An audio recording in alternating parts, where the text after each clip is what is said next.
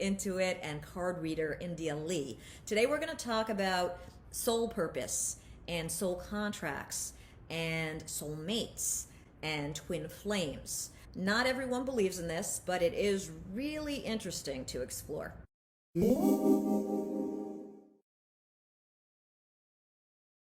First, can you talk about what a soul contract is? We have a couple of different aspects of soul contracts when we come into any lifetime.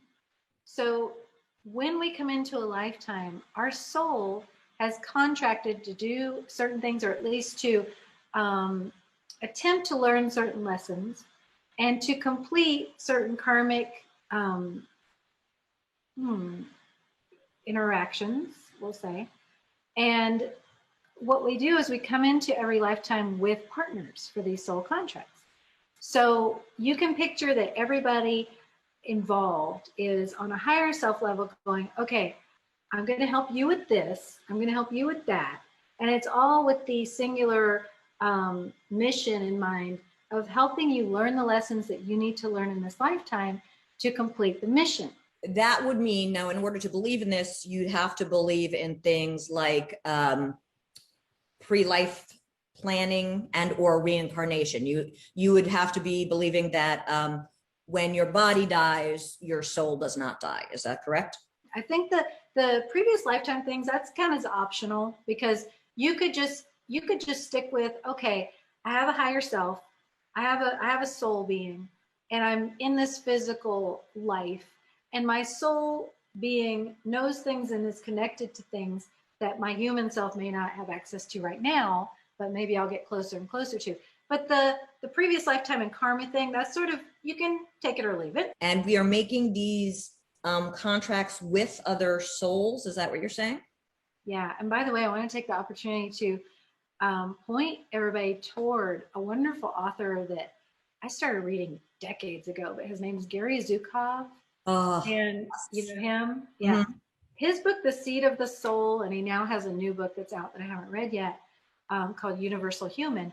But he is able to write about the idea of the soul coming into Earth as sort of a school, and that this is where we're learning, and we're students, and we're going through sort of levels of learning. And it just is, he writes about it in such a wonderful way to help. A good example would be a relationship that was really rough. You know, if you had a relationship that where you're like, what was that? And why was I in that? And it just seems like that was just, you know, so painful and horrible. And why did I have to go through that? Well, if you look at what if we were soul partners, and what if we had a soul contract to help each other, or if this person had a soul contract to help me? What if there was a previous lifetime where this person kind of owed me one, you know, and then we come into this lifetime and they may have seemed to be a complete jerk to me, but if I look back, they actually helped me come into my strength, come into my idea of boundaries, come into, you know, I learned that, oh, wow, I require better treatment than that because you received the worst treatment. That is an example of a soul contract that is actually successful. But on the earthly level, it seems like, you know, oh, they're just a jerk and I have to sort of hate them forever. You know, what's interesting about that, there's, I don't know if you've ever read Eat, Pray, Love, Elizabeth Gilbert, and she talks about soulmates. And people like to take half of her quote and they forget the second half of the quote, which I think is the more important part. She talks about soulmates and she says, soulmates come into your life to rip you wide open, to show you parts of yourself that need to be healed, but you're not meant to be with, I'm getting chills as I'm saying it, you're not meant to be with your soulmate because it's just too painful. While we're in this ego self, we like the happily ever after. So we don't like the part that says that's your soulmate, but you're not meant to be with your soulmate. So that, and it's not just romantic. You're saying you can have soul contracts with your boss, for example, or your parent. Yes. And you have many soul contracts with many different types of soulmates in your life. You know, soulmate can be a spouse that you're married to for a few years and then you were divorced. And, you know, it's like, wow, I wonder what that was all about. Well, that was a soulmate, a soul contract that got completed. There is a distinction when we're talking about romance and partnership that way, and sort of lifelong partnership. Soulmates are inherently, I want to say temporary, but they can be long, you know. So I guess temporary, but that just means there is a time limit. For the type of partnership that is a divine partnership, or what some people call a twin flame. So that is not so much a soulmate, but a twin flame is someone who is there to heal with you, to mirror that healing, and you're going to level up together continuously. So if you see people who have been together a while and then, you know, they just seem to always sort of evolve and change together, and maybe they break up and then they come back together. I mean, we look at like J-Lo and Ben Affleck or whatever, and we're like, oh wow, I wonder what happened back then. And then like they're finding each other again. You get together at a certain point, you explore that, kind of have an explosive whatever, and you're like, I can't be around you anymore. Then you have to go on these soulmate journeys, and you have to complete these different soulmate journeys. Then you can come back together and continue the healing and the evolution together. People get very attached to the idea of this person is my twin flame. And sometimes that can be tricky because maybe they don't agree, and maybe you're on this, you know, runner chaser journey. But what's important to remember about twin flames is that you're twin flames for each other only as long as you're both choosing the soul aligned path. What we can do at any point is say, you know what, this spiritual path, this soul alignment stuff, I don't think it's for me anymore. I'm gonna just be a regular human for a while. I'm not gonna do that. I'm just gonna do the ego thing, and I'm not really interested in expanding on a soul level, and that's okay. Spirit will bring in another twin flame. So is that necessarily your twin flame, or would that be one of your soulmates? But they call that a shadow twin, because that twin flame was brought in. Then you saw like the shadow side. They chose the more egoic side of things, and they showed you a shadow, and then they went. But the important thing about a twin flame relationship to really embrace is that it's actually a relationship with spirit. It's you and spirit, and that other person is serving as a conduit. You touched on something which I think it's important to sort of point out. You know, you said your twin flames as long as you both choose to be on the spiritual path. And because we are humans with egos, I think it's important to talk about free will. And that's such an important part of the journey for yourself, and for a partner you might be trying to come into union with, is accepting we all have that free will.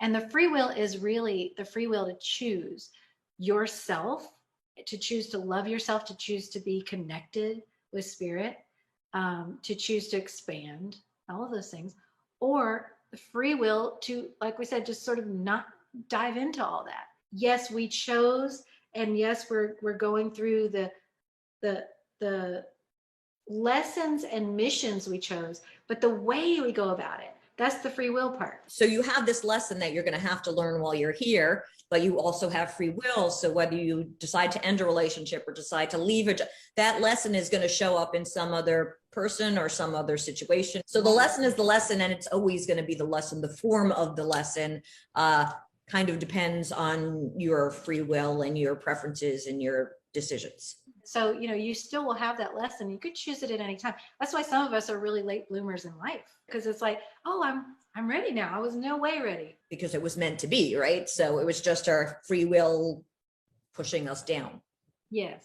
And then you made another great point. When you're doing your soul purpose, and when you're in alignment with what you came here to do, it can actually feel really bad and really scary. And the mind, the ego, or your reality can really beat you up and give you quite a hard time about it.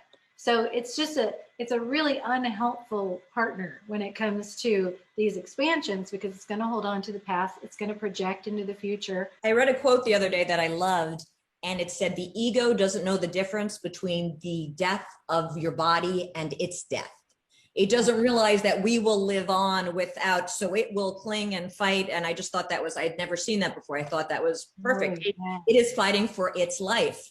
Until we realize we are not our ego, we don't realize that we can have an ego death or a whittling away of the ego, and we will not only be fine, we'll actually do better and better without it. And you know what the best example of that is anxiety attacks, which I will get. Yeah. Even now, even very recently, and that is literally the brain saying, we're dying, we're dying, we're definitely dying. And yeah, in some aspects, that old version of you, that old perception of you is. Another thing that you touched upon, and I think it's a good tool for people when they realize, they do a little assessment of their life and they see there are themes or situations that keep repeating in their life. That's a really good indication that there is a soul contract trying to be fulfilled. Absolutely. And that you have an opportunity, like you just described, to say, what is this showing me? And okay, I see it. And I'm now ready to release this. Because that can feel really huge, even to just do it. So if you're seeing an ongoing cycle and you're like, wow, I keep attracting this in, there it is again. The first thing to do is say first, what is this showing me? And then when you're aware and you feel like you've felt everything and you've seen everything, you can say, all right, Spirit, higher self, I am officially ready to no longer be available to this cycle.